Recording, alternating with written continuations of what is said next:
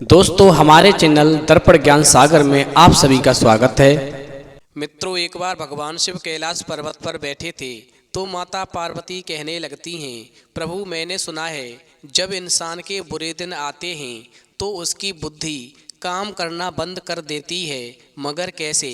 फिर माता पार्वती की बात को सुनकर के भगवान शिव कहते हैं, पार्वती तुम्हारा प्रश्न बहुत ही महत्वपूर्ण एवं ज्ञानवर्धक है, इसलिए मैं तुम्हें तुम्हारे प्रश्न का उत्तर देने से पहले तुम्हें एक छोटी सी कहानी सुनाता हूँ। यदि तुमने इस कहानी को पूरा और मन से सुना तो निश्चित ही तुम्हें तुम्हारे प्रश्न का उत्तर मिल जाएगा, क्योंकि तुम्हारे प्रश्न का उत्तर इसी कहानी में समाया हुआ है। वहीं माता पार्वती कहती हैं, प्रभु आप कहानी शुरू करें, मैं कहानी को पूरा और मन से सुनूंगी। तो मित्रों, कहानी शुरू करने से पहले मेरा आप सभी से अनुरोध है कि आप हमारी कहानी में खो जाएं। उससे पहले हमारे चैनल को सब्सक्राइब करके बेल आइकन अवश्य दबा लें, जिससे हमारी हर वीडियो का नोटिफिकेशन सबसे पहले आप तक पहुंच सके और आप हमारी हर वीडियो से प्राप्त ज्ञान का अपने जीवन में लाभ उठा सकें। तो आइए कहानी शुरू करते हैं।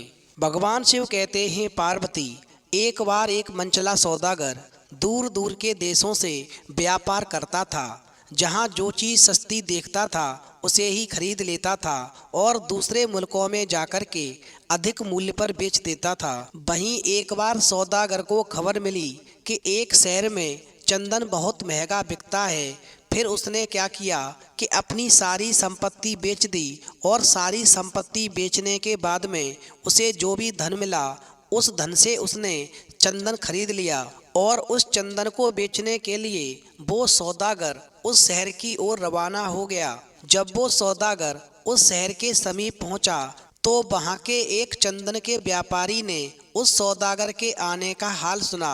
वहीं उस शहर का व्यापारी बड़ा ही चिंतित हुआ और सोचने लगा, यदि ये सौदागर हमारे शहर में आकर के अपना व्यापार करेगा तो मेरी बिक्री कम हो जाएगी। वहीं उस शहर का व्यापारी अपने मन में एक ऐसी तरकीब सोचने लगा जिससे उस सौदागर को शहर में दाखिल होने से पहले ही जाल में फंसाया जा सके। और फिर ऐसी तरकीब सोच कर के उस शहर का व्यापारी जो था चंदन की कुछ लकड़ियां लेकर के उस सौदागर के पास चल दिया और उस पड़ाव के करीब आकर रुक गया जहां पर वो सौदागर ठहरा हुआ था। वहीं जब रात हुई तो उस शहर के व्यापारी ने अपने डेरे में चंदन की लकड़ियां जलाईं और उधर जब सौदागर को चंदन की लकड़ियां जलने की महक आई तो उसे बड़ा आश्चर्य हुआ। वो मन में सोचने लगा कि इस शहर का व्यापारी चंदन की लकड़ियां जलाकर रोटी पका रहा है। फिर तो ऐसा देख कर के उस सौदागर को बड़ा ही अफसोस हुआ और वो सोचने लगा कि मैंने तो सुना था कि इस शहर में चंदन बहुत महंगा बिकता है और इसी वजह से मैंने अपनी सारी संपत्ति बेच कर के ढेर सारा चंदन खरीद लिया।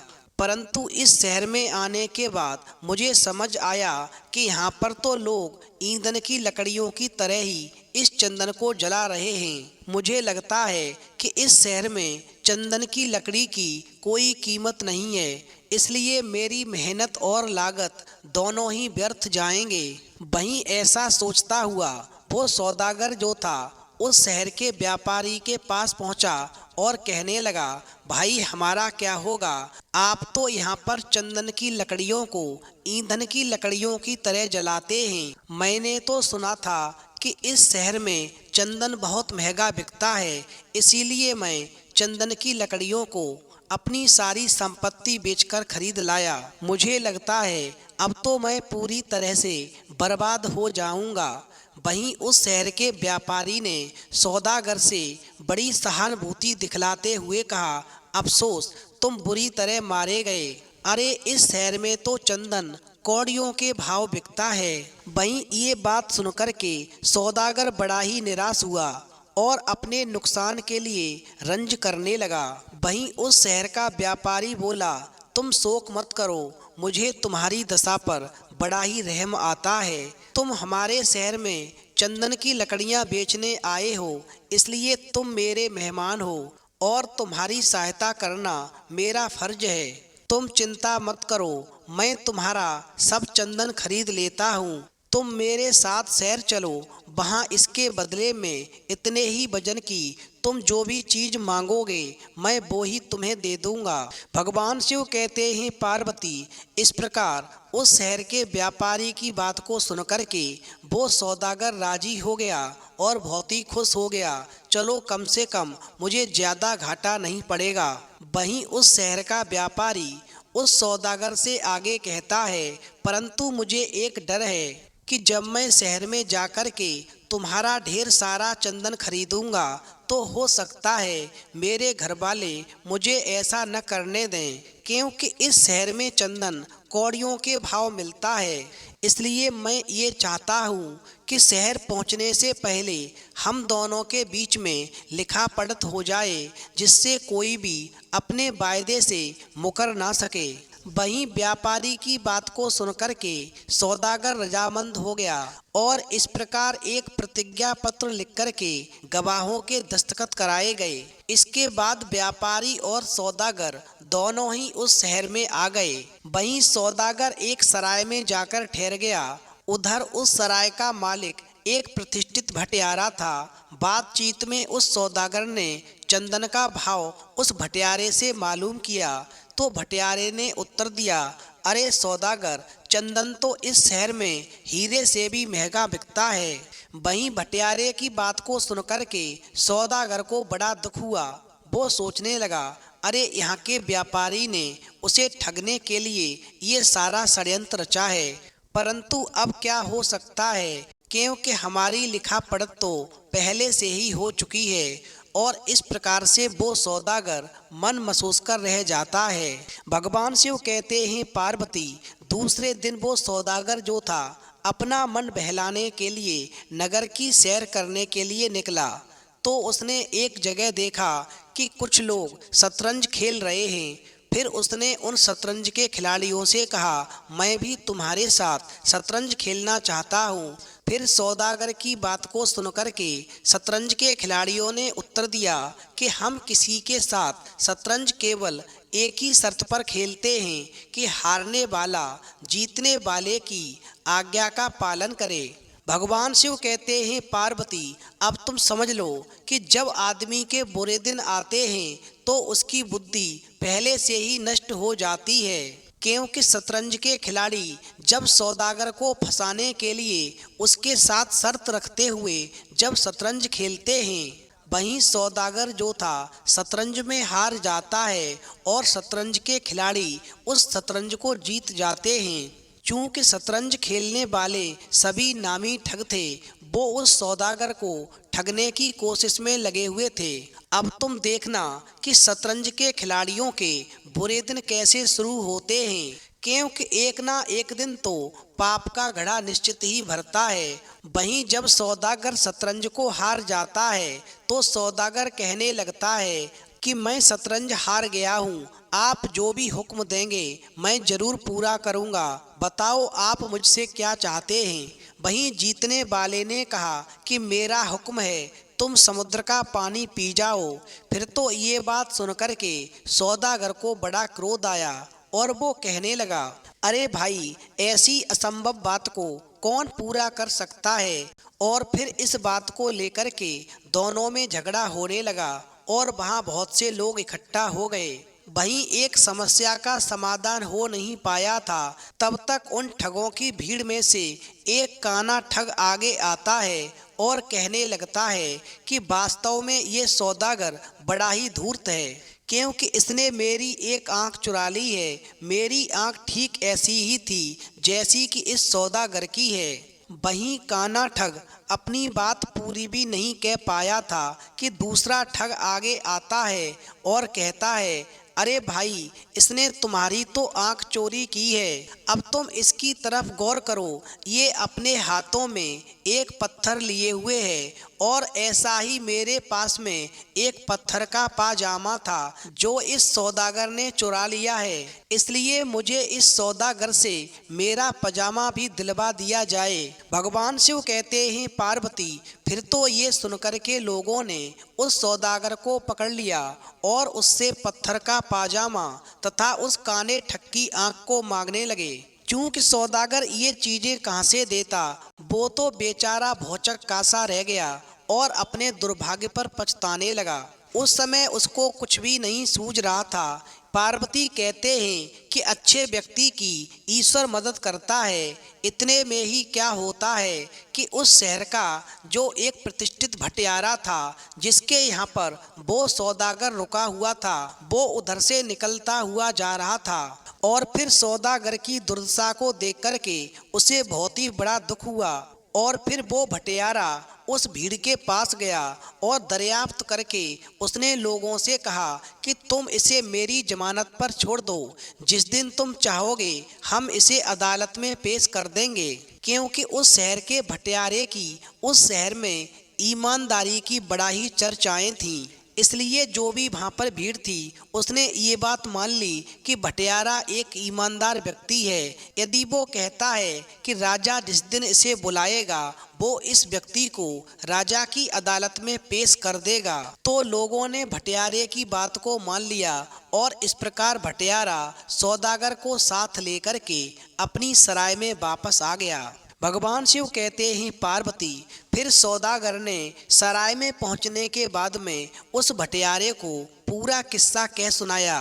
वहीं भटियारे ने कहा, हे सौदागर, ये शहर ठगों और बदमाशों से भरा हुआ है और तुम उनके जाल में बुरी तरह फंस गए हो, परंतु मैं तुम्हें एक उपाय बताता हूँ। बात ऐसी है, इस शहर में जितने भी ठग और बदमाश हैं उन सबका एक उस्ताद है जो आँखों से अंधा है। ये सब लोग शाम को उसके पास जाकर के अपनी अपनी करतूत सुनाया करते हैं और फिर वो अंधा व्यक्ति उन सब की बातों को सुनकर के ठगई की तरह तरह की तरकीबें बताया करता है।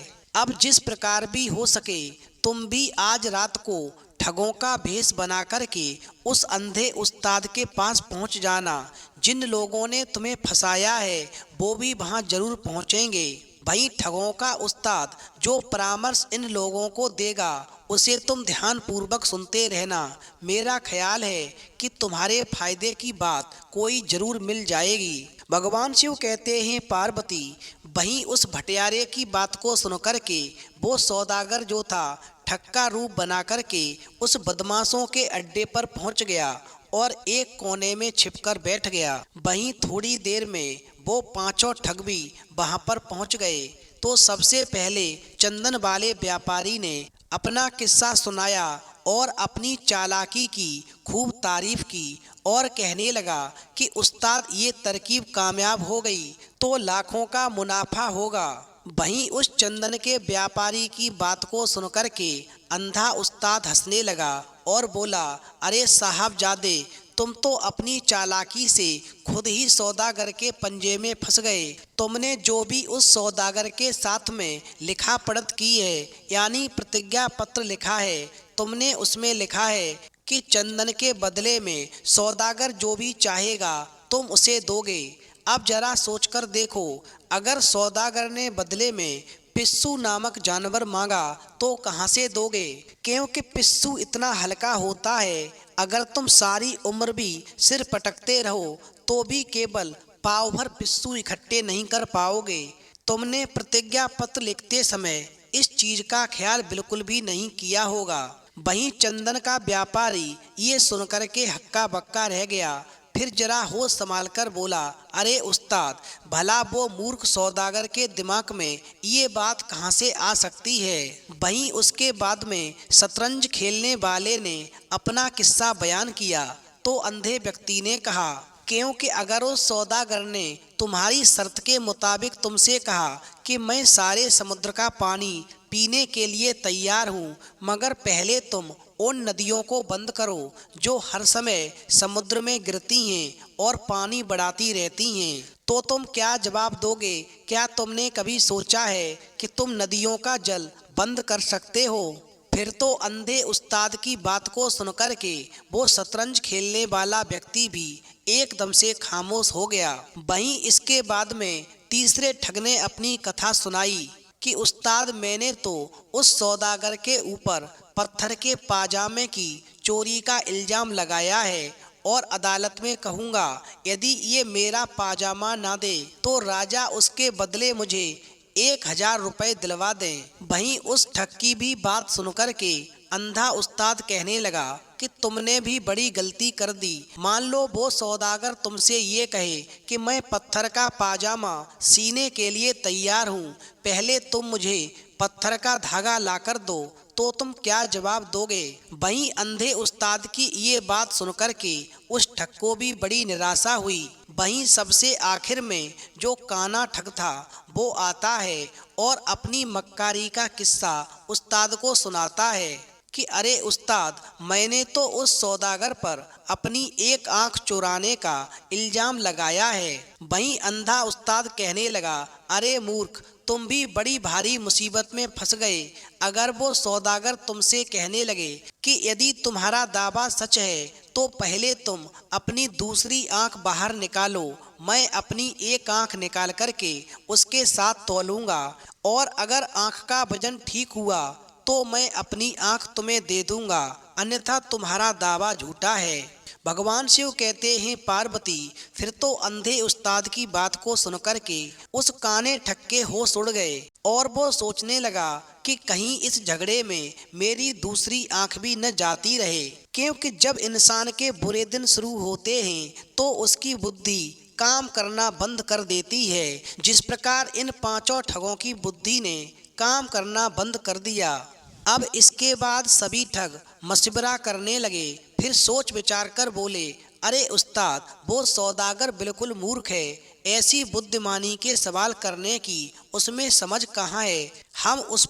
हम राजा की अदालत में उस पर दावे जरूर करेंगे, आगे जो ईश्वर की मर्जी होगा वैसा ही। वहीं अंधे उस्ताद ने कहा, तुम्हारे बयानों में जो कमजोरियां हैं वो मैंने तुमको अच्छी तरह बता दी हैं, अब तुम्हें अधिकार है, तुम जो चाहो कर सकते हो।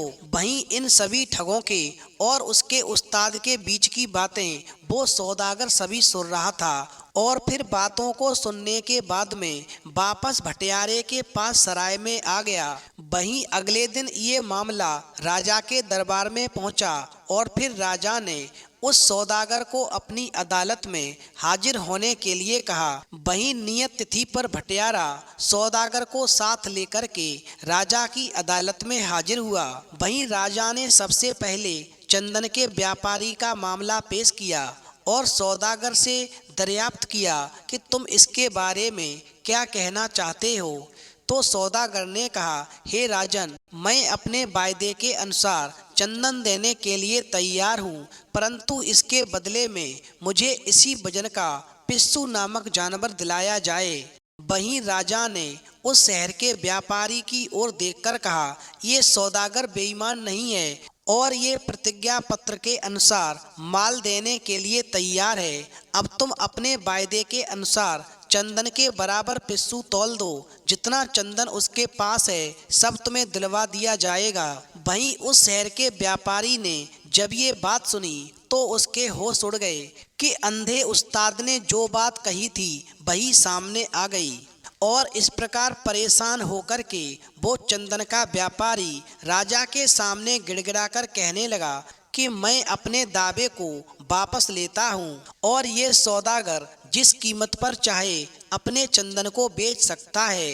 वहीं राजा ने कहा कि तुमने अपनी प्रतिज्ञा का पालन नहीं किया और इस भोले सौदागर को मुफ्त में ही परेशान किया, इसलिए तुम पर 50 सोने की मोहरों का जुर्माना किया जाता है, जिसमें से आधी रकम सौदागर को दी जाएगी। वहीं 50 सोने की मोहरों की बात को सुनकर के उस शहर का व्यापारी राजा के सामने बहुत रोया गिड़गिड़ाया, परंतु उस शहर के न्यायप्रिय राजा ने उस शहर के व्यापारी की एक भी बात नहीं सुनी और जुर्माने के रुपए वसूल करके उनमें से आधे रुपए सौदागर को दिलवा दिए। वहीं जब आगे दूसरे आदमी की पेशी हुई तो वो डरता हुआ कांपता सामने आया।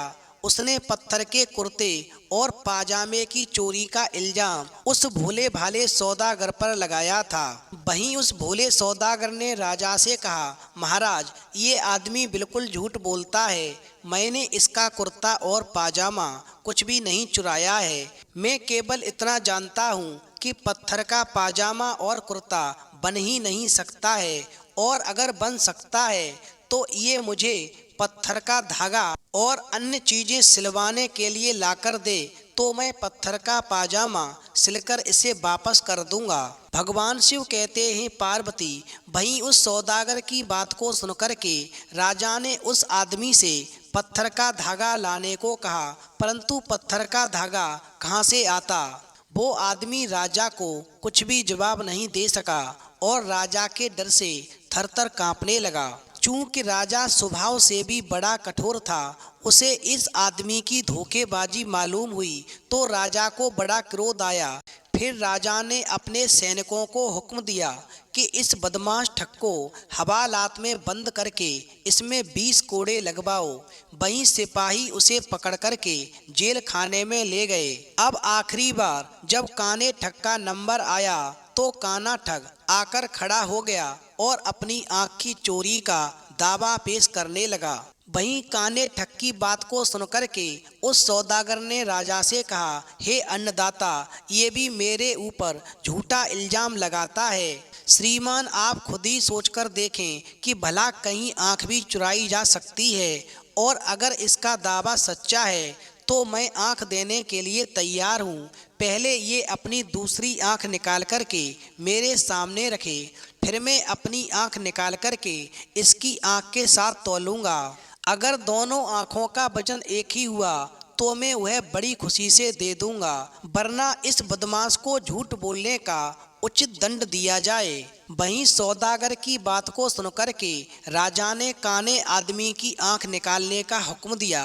फिर तो ऐसा हुक्म सुनकर के उस काने ठग के होश उड़ गए और मन में सोचने लगा कि दूसरी आंख की लालच में अपनी एक आंख भी चली। वहीं ऐसा सोचकर के वो काना ठग जो था राजा के पैर पकड़कर रोने लगा और माफ़ी मांगने लगा।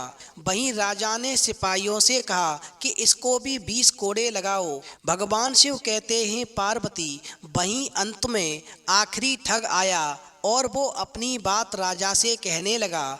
वहीं उस आखिरी ठग की बात सुनने के बाद में सौदागर ने राजा से कहा, हे सरकार, ये आदमी भी ठगों की मंडली में से एक है। इसने धोखा देकर मुझसे ऐसी कठिन शर्त करा ली, परंतु मैं इस असंभव शर्त को भी पूरा करने के लिए तैयार हूँ। पहले आप इस व्यक्ति से कहें कि पहले ये समस्त नदियों का पानी रुकवा दे जो समुद्र में गिरती रहती हैं और समुद्र के पानी को बढ़ाती हैं। उसके बाद में समुद्र का पानी पी जाऊंगा, और यदि ये पानी बराबर उसी तरह समुद्र में गिरता रहा तो मैं पानी कैसे पी सकूंगा, क्योंकि पानी तो बढ़ता रहेगा। वहीं सौदागर की बात राजा की समझ में आती है और राजा कहता है कि ये सौदागर ठीक कहता है, तुम पहले नदियों का पानी रोको, बाद में सौदागर से पानी पीने के लिए कहा जाएगा। भगवान शिव कहते हैं, पार्वती फिर तो राजा की बात को सुनकर के उसके शरीर पर पसीना आ गया और आंखें मीचकर राजा की अदालत में लेट गया। वहीं राजा ने जब ये नज़ारा देखा तो राजा को बड़ा क्रोध आया और उसने सिपाहियों को आज्ञा दी कि इसकी मुस्कें बांध लो और इसकी पीठ पर कोड़े लगाओ। वहीं कोड़ों का नाम सुनकर के उसने आंखें खोल दी और रोना पीटना शुरू कर दिया, और वो बार बार अपने कान पकड़ता था और कहता था कि महाराज इस बार छोड़ दो, आइंदा कभी किसी के साथ मैं धोखा नहीं करूँगा। परंतु राजा जो था अपने हुक्म पर अटल था और उसके सिपाही उस ठग को बांध करके जेल में ले जाने लगे। वहीं सौदागर एक अत्यंत उच्च कुल का सज्जन था। उसे बड़ी ही दया आई और वो राजा से कहने लगा, महाराज इन लोगों को जो कुछ भी मेरे साथ करना था वो तो ये कर चुके हैं, इन लोगों की करनी इनके साथ है, परंतु मुझे इस प्रकार की शिक्षा मिली है कि शत्रुओं के अपराधों को भी क्षमा कर देना चाहिए। इसलिए मेरी आपसे प्रार्थना है कि आप इनके कसूरों को माफ कर दें। वहीं सौदागर की बात को सुनकर के राजा कहने लगा कि तुमने इन्हें क्षमा कर दिया, ठीक है, पर मैं इन्हें क्षमा नहीं कर सकता। यदि मैंने इन्हें क्षमा कर दिया तो ये रोजाना शहर में ऐसा ही दंगा फसाद करेंगे, लोगों को बेवजह परेशान करेंगे, बेगुनाह लोगों को गुनाहगार बना करके मेरी अदालत में मेरा समय खराब करेंगे। इसलिए इन ठगों का अंत होना जरूरी है, क्योंकि जब इंसान के बुरे दिन आते हैं तो उनकी बुद्धि काम करना बंद कर देती है। जिस प्रकार से इन ठगों की बुद्धि ने काम करना बंद कर दिया। वहीं राजा ने सैनिकों को बुलाया और कहा, इन पांचों को फांसी पर चढ़ा दो, जिससे इस शहर में कभी भी किसी के साथ में दुर्व्यवहार नहीं हो सके, कोई बेगुनाह गुनाहगार बनकर के फिर मेरी अदालत में ना आ सके। भगवान शिव कहते हैं, पार्वती, वहीं राजा की बात को सुनकर के सैनिकों ने पांचों ठगों को सूली पर चढ़ा दिया और उस शहर को ठगों से मुक्त करा दिया। और फिर अंत में वो सौदागर जो था लाखों रुपए का चंदन बेच करके उस शहर से खुशी खुशी अपने घर लौट आया। तो पार्वती इसीलिए कहा जाता है कि जब इंसान के बुरे दिन आते हैं तो उसकी बुद्धि काम करना बंद कर देती है। जिस प्रकार उन सभी ठगों की बुद्धि ने काम करना बंद कर दिया और उसका परिणाम ये हुआ कि उनको सूली पर चढ़ना पड़ा, क्योंकि पाप का घड़ा एक दिन निश्चित ही भरता है और जब पूरा भर जाता है तो फिर फूट जाता है। इसलिए कभी भी किसी बेगुनाह व्यक्ति को गुनाहगार नहीं बनाना चाहिए, कभी भी किसी के साथ में छल कपट नहीं करनी चाहिए, कभी भी किसी के सुख को देख कर के ईर्ष्या नहीं करनी चाहिए। वहीं पार्वती कहती हैं, प्रभु, वास्तव में कहानी सुनकर के मेरे मन को बहुत ही खुशी हुई। इंसान जैसा करता है उसे उसका फल अवश्य मिलता है, जैसी करनी वैसी भरनी। और इस कहानी से ये तो साफ हो गया कि जो व्यक्ति उज्जवल चरित्र के होते हैं, जिन व्यक्तियों के हृदय में पाप नहीं होता है, ऐसे इंसान की मदद ईश्वर अवश्य करते हैं। जिस प्रकार से ईश्वर ने उस सौदागर की मदद की और उन ठगों का शहर से सफाया कर दिया। तो मित्रों, यदि आपको भी ये वीडियो पसंद आई हो तो प्लीज़ आप हमारे चैनल को सब्सक्राइब करें और भगवान शिव और पार्वती के लिए एक लाइक करना न भूलें।